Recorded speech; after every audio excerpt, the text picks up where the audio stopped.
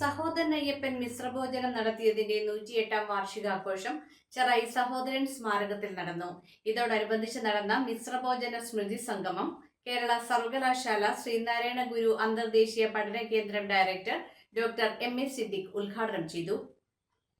സഹോദരൻ അയ്യപ്പൻ മിശ്രഭോജനം നടത്തിയതിന്റെ 108-ാം വാർഷികാഘോഷത്തോടനുബന്ധിച്ച് ചെറായി സഹോദരൻ അയ്യപ്പൻ സ്മാരകത്തിൽ നടന്ന മിശ്രഭോജന സ്മൃതി സംഗമം കേരള സർവകലാശാല ശ്രീനാരായണ ഗുരു അന്തർദേശീയ പഠന കേന്ദ്രം ഡയറക്ടർ ഡോക്ടർ എം.എ. സിദ്ദിഖ് ഉദ്ഘാടനം ചെയ്തു. ഇതോടനുബന്ധിച്ച് മിശ്രഭോജനം നടത്തിയ തുണ്ടിടപ്പറമ്പിൽ പുഷ്പാർച്ചന നടന്നു. മുൻ എം.എൽ.എ. എസ്. ശർമ്മ അധ്യക്ഷത വഹിച്ച സ്മൃതി സംഗമത്തിൽ കാലടി സംസ്കൃത സർവകലാശാല മലയാള വിഭാഗം പ്രൊഫസർ കെ.ആർ. സജിത മുഖ്യപ്രഭാഷണം നടത്തി. Vypin block panchayat president Thulasi Soman, Pallippuram panchayat president Ramani Ajayan, ഗ്രാമപഞ്ചായത്ത് അംഗം Sheela Gopi, C P. Pallippuram, doctor K K. Joshi, Pooyappalli Thankappan എന്നിവർ സംസാരിച്ചു. തുടർന്ന് മിശ്രഭോജന സദ്യ നടന്നു.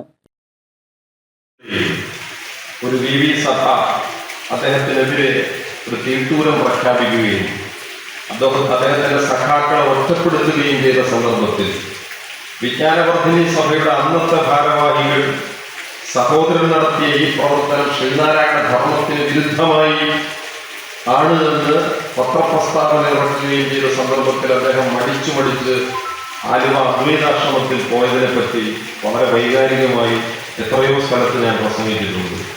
അന്ന് ശ്രീനാരായണനോട് സഹോദരൻ ചോദിച്ച ചോദ്യം, ഗുരു, ഞാൻ ചെയ്തത് അങ്ങയുടെ ധർമ്മത്തിന് വിഘാതമാണ്. ഇത് വൈകാരികമായി ഞാൻ വീണ്ടും പുനഃസൃഷ്ടിച്ചത് ശ്രീനാരായണ ഗിരിയിൽ നിന്നപ്പോൾ